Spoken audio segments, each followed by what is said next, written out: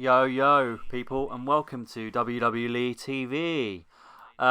It's been a fairly slow news week, well, as of late, so I thought I'd come on here and randomly do commentary on my vlog that I done from London at the O2 back in April when I went to Raw. And yeah, something random to do, but it might be fun. Let's find out together. So, hope you're all doing well. As you can see, there I am waffling on to you. Entertaining or not, I don't know what I'm doing, waffling on about the day. Obviously, I hope a lot of you have seen this vlog and, watched it all the way through and enjoyed it.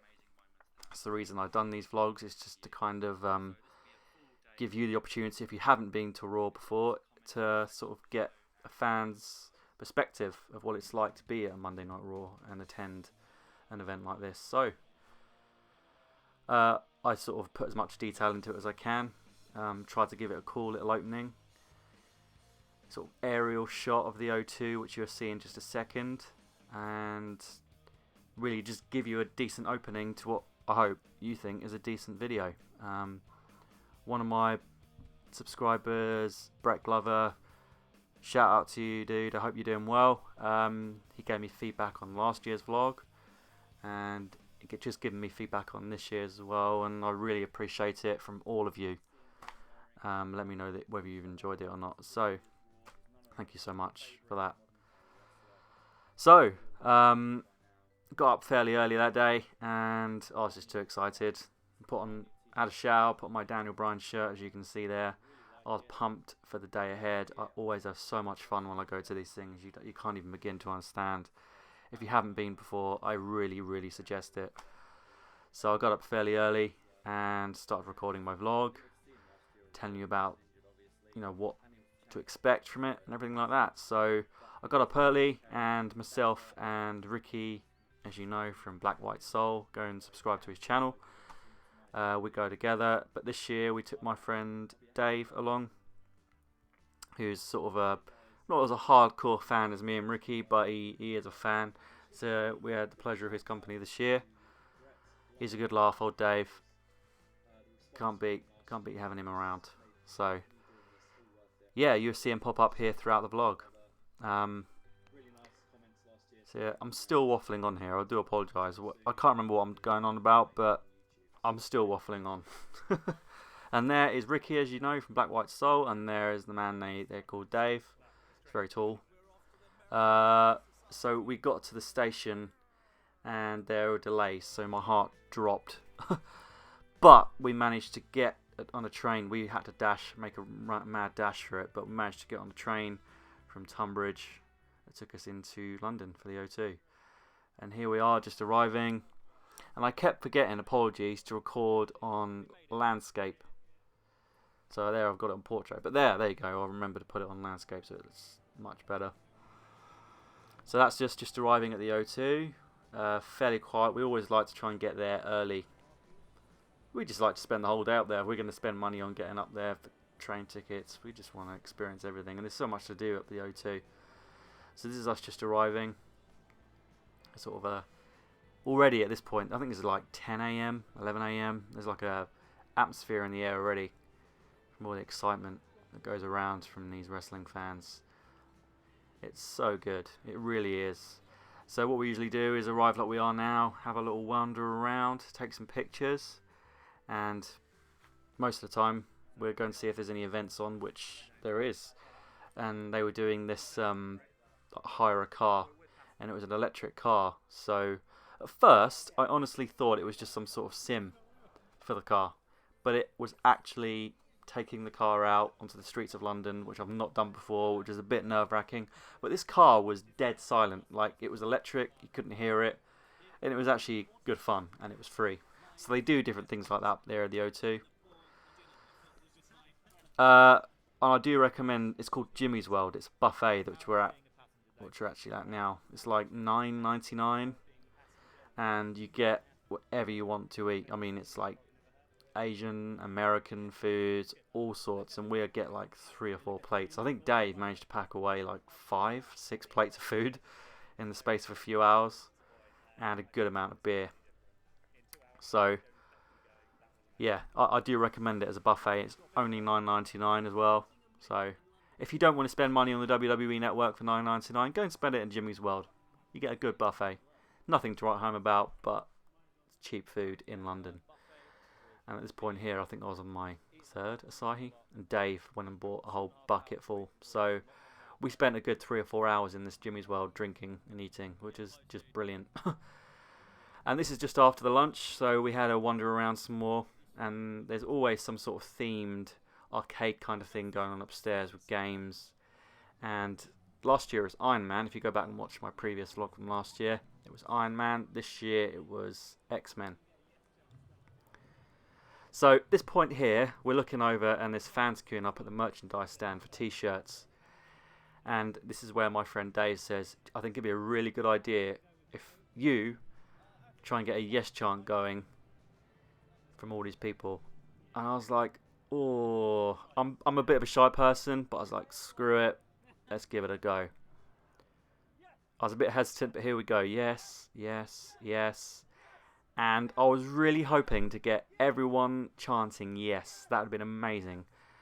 But it was like crickets.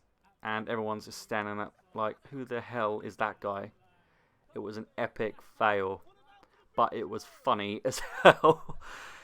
So everyone's just standing there staring at me. I think there was a couple of guys doing it, but that is it. It failed tremendously. But it was worth a go. Got a good laugh. Was really hoping to get something going there. It sucked. So I think this is sort of towards mid-afternoon, so it's starting to fill up a bit there. So maybe next year, touch wood, I can get something going. The Daniel Bryan phase has really, obviously since he's been off injured. I think if we'd have done this last year, it would have worked, as Dave quite rightly said. But this year, nothing. It's crickets. So this is one of the arcade bits, like this game they're playing, Fire and Rescue, something like that. And there is the X-Men thing that they do. Now, just like last year, we went to the Sky newsroom, and I really do suggest doing this, guys, if you're there, because it's free and it's just quite a good laugh. So you just go into the Sky newsroom and they give you a teleprompt thing, and you can pick between sports or politics. So we picked, I can't remember, so just have it a listen.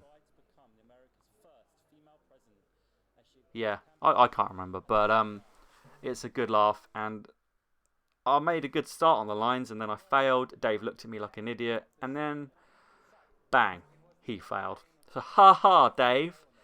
Yeah, it's not easy, but it was such a good laugh. I do recommend it, and they give you like this little card, and you can take it home, and you download the video. So hence me being able to put it here for you in the vlog. I couldn't come up with a decent sign-off in time, so yeah, pretty crap. And this is the X-Men bit, so you could just kind of stand in this spot and you make motions with your hands and it picks up. And I picked Storm, hence all the electric, and Ricky said, do a yes chant. So that's me doing a yes chant with these electric bolts coming out of my hand, and it looked amazing.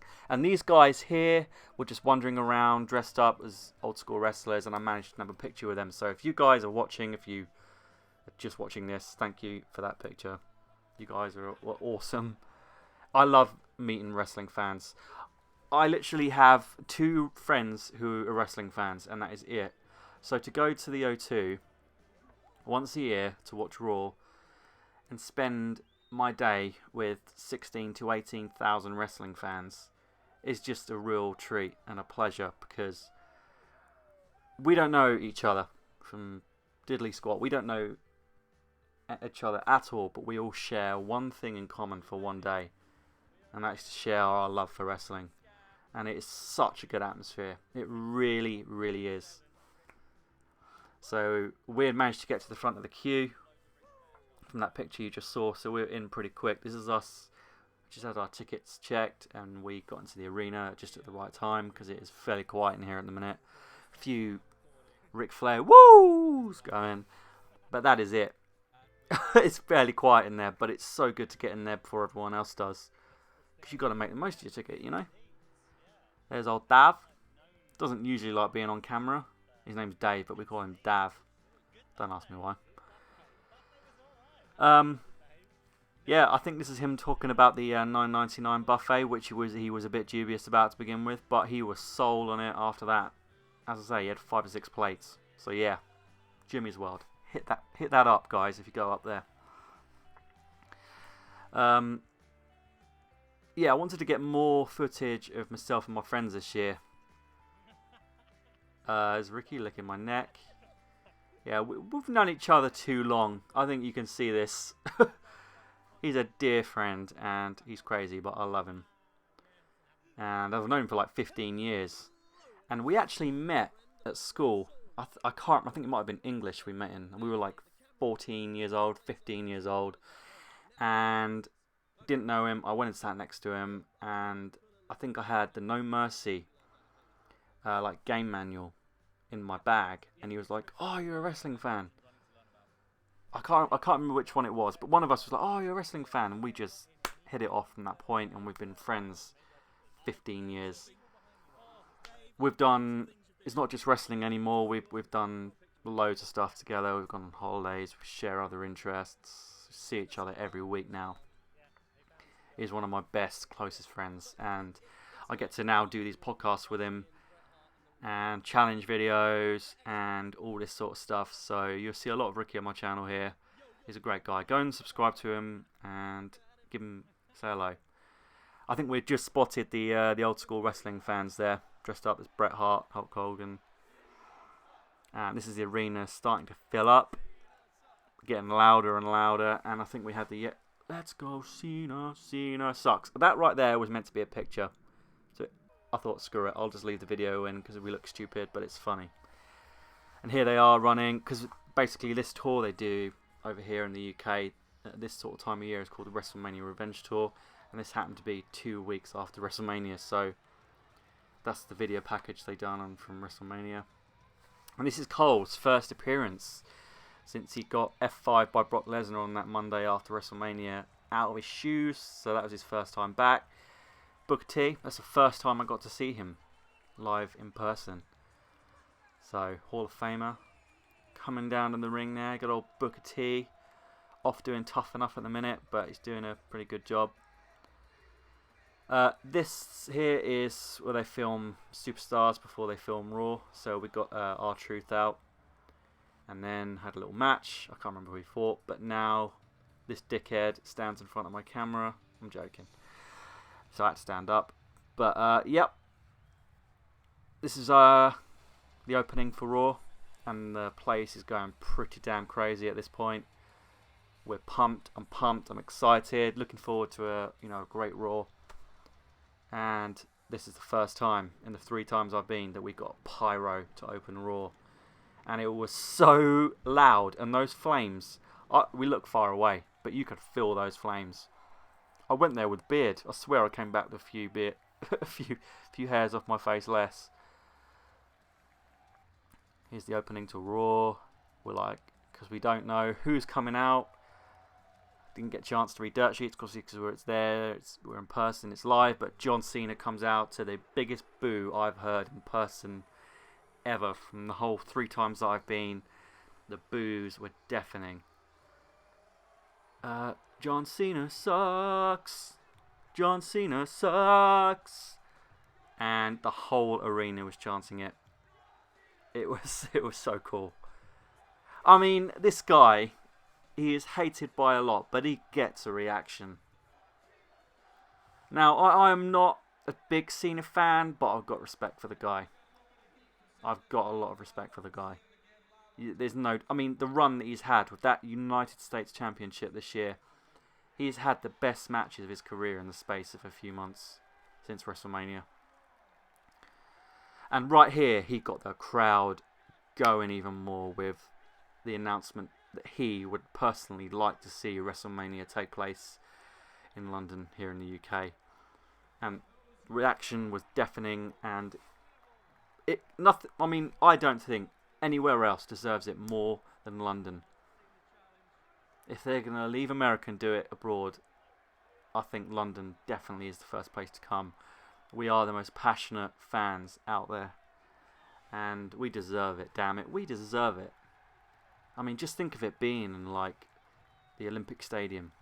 or Wembley. Just imagine at Wembley. Like, what is it, 70, 80,000 seats at Wembley Arena, Wembley Stadium. Just British fans packing that place out to watch a WrestleMania. Wow. If that happens, touch wood, I am there with bells on. Amazing. I just love it. So Cena really got the place alive there. Here comes the old Brit Paige. Good pop here for her. Loved seeing Paige in person once again. I saw her last year, but I'm so damn proud of this girl. She has just done so well for her age. She's a veteran in the wrestling business. Some people think that she's been pushed straight to the top too early, but no. Go and do your research. Go and look up some stuff about her and her family. They are wrestlers, and they've been doing it for years. She's been a wrestler for 10 years plus. And before that, she was helping her parents set up the ring because they're wrestlers. The Knight family over here are very, very, very famous amongst British wrestling fans. So, damn proud of Paige. And I would like to see her go all the way through to a Hall of Fame. Bray Wyatt rambling on there. It was so loud I couldn't really pick out what he was saying, but it was something to do with someone. Lucha Dragons bit there, and here's Booker T announcing Roman Reigns and the reaction that Roman Reigns got. I kept my eye on Titantron, and Booker T did not look amused at our reaction for Roman Reigns. He was like, "What? Excuse my French. What the fuck? Like, are you really not into Roman Reigns?" It was a face of 1,000 words. It really was. But again, although this guy isn't exactly anyone's number one choice, he's getting a reaction just like Cena. It is better than crickets. Better to have a reaction like that than crickets. Now, Big Show got, stuff that you saw on TV was nothing. Between ad breaks, we were chanting, "You fat bastard." Obviously, we don't mean it. We're being playful, and he knows it because he kept laughing at us. And he was coming back for more, and we were chanting, "You fat bastard, please retire." Oh, it was hilarious. And he really played up to it. And if there was anyone I'd really like to go for a beer with, other than like Stone Cold, it would be Big Show. I think he'd actually be quite a good laugh. He seems like a decent guy. And between ad breaks, he was brilliant. He kept playing up to it. And he it was all in good, good humour. So first time we get to see Tyson Kidd was a real treat seeing him. Shame he's once again off with a severe injury. I hope he gets better and comes back in 100% shape. And good old Cesaro as well. Quick match. Nothing really going on there. Oh, Dean Ambrose. I went off to the toilet, and the one, because basically Adam Rose come out, and I was like, oh, screw this, I'm going to the toilet. And I went upstairs, went to the toilet, and as I was walking back, I heard that. And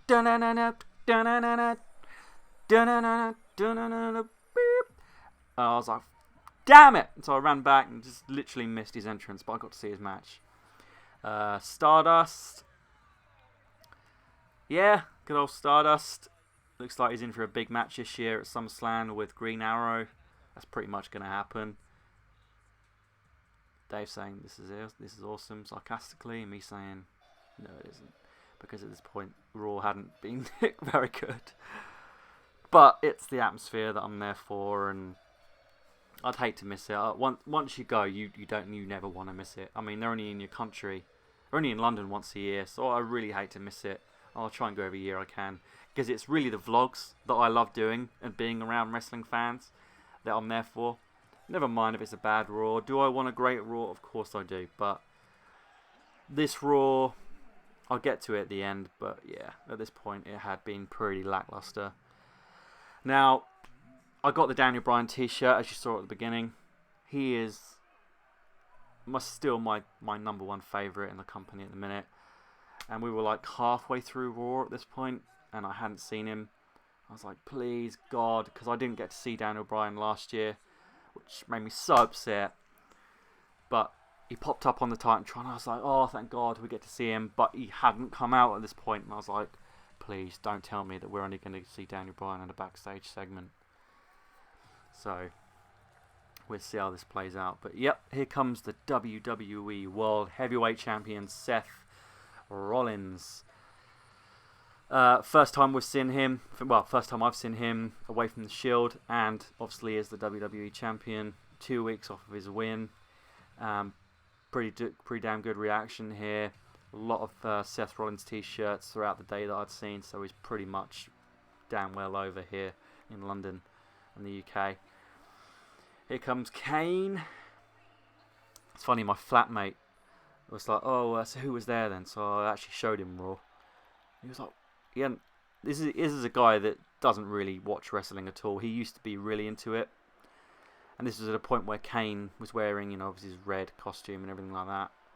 The Red Devil. And for him to see a clip that I showed him like this, where Kane's music hits and Kane comes out wearing a pair of trousers, and a tie and a shirt, just made him absolutely crease up. Like, what the hell is going on with his company? I was like, oh, it's a long story. I actually really enjoyed the Miz entrance here. I was like, wow, the lights, the music, it was awesome. I am nowhere near... I am not a Miz fan. I am a Miz fan when he is presenting Tough Enough and doing all that stuff. He's absolutely awesome. And I did really enjoy his interaction here with Damien Mizdow. By the way, where is Damien Sandow gone? My God. He done that whole speech, that serious speech on Raw, and we have not seen him since, apart from him and Curtis Axel doing Macho Man and Hulk Hogan impressions. But where has he gone and what's happened? What have you done to piss his company off? He was doing so well with that gimmick. I know it was shit, but he handled it so well. He's got so much potential. But where has he gone? Where has he gone? And here comes my boy Dolph Ziggler. And we're like, oh God, who is he going to challenge? And my friend Ricky, sitting next to me, kept saying, my God, please let me see Adrian Neville come out. I'd really want to see Adrian Neville. And he got his wish. We got to see the match of the night between Dolph Ziggler and the fellow Brit right here, Adrian Neville. Huge ovation. Really pleased for Ricky that you got to see Adrian Neville. Adrian Neville was winning me over. He's an amazing talent. He's like the modern day RVD. He may even be better than RVD. But he got a huge ovation here. Really, really, really pleased I got to see him. And it was honestly the match of the night. Match of the night by far. They had a great match. Go and watch it again if you can, if you haven't seen it already on the WWE Network. It was dated April 13th, 2015, this Raw. Great match, some great spots. I mean, Adrian Neville is flawless. He is flawless. He really is. But Dolph Ziggler got the win that night with a 1, 2, 3. Huge pop for both of them. They went out there and done the best they could. And my God, they deserve match of the night for sure. And our main event was basically this segment between Randy Orton and Seth Rollins. And I was like, oh God. I was like, I knew this is like the third hour and we were done. And I was like, wow, my God, this Raw has sucked. I mean, it really sucked. I really enjoyed the Adrian Neville and Dolph Ziggler match, obviously. I mean, it kind of saved a portion of the show. And at this point, I was like, oh my God, I'm not going to see Daniel Bryan. And then Raw goes off the air, but we get a dark match. And Daniel Bryan's music hits. And wow. This basically made up for a terrible Raw. Because this dark match right here, and the bits that went on during it, saved the night for me. It was so entertaining. Daniel Bryan comes out. I got to see him. I was wearing a shirt. We were doing the yes chant. It was so loud, and I was so happy. I finally got my moment with 18,000 people standing here right now, chanting yes, yes, yes, yes, yes. And it gave me goosebumps. It still gives me goosebumps thinking about it. But I'm a huge fan of Daniel Bryan. So this saved the night. And then we get Dean Ambrose joining Daniel Bryan here. We don't really know what the match is at this point, but Daniel Bryan comes out. We get Dean Ambrose joining him. Obviously, they're both babyface, so it's pretty much points towards a tag team match. I can't remember who comes out next, actually. Who comes out? Is it Ziggler? I think it might be Ziggler next, actually. Yeah, and they faced Sheamus. We'll find out in a second. I think it was Sheamus, Big Show, someone else. We'll find out in a second. But, I mean, this match, because obviously it's a dark match, wrestlers can pretty much kind of do what they want in terms of interaction with the crowd. So, in places, it just kind of got Luke Harper. There we go. In places, it kind of got a little bit slow during the match pace, but I didn't care because you got like the whole arena chanting "You fat bastard" at Big Show, and he's kind of just standing there staring at us all like, "You want me to retire?" Blah blah blah, and we're just interacting with him. He gets on the mic a few times. We have a really good laugh with him. It's so much fun, and there was this fan dressed exactly the way like Dolph Ziggler wears his gear. He looks so good, and he's just over on the left by the ring, on one of the razors, just over there where the blue lights are, and where the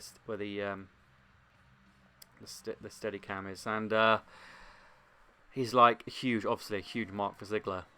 And after the match finishes, Ziggler spots him, and he calls him down.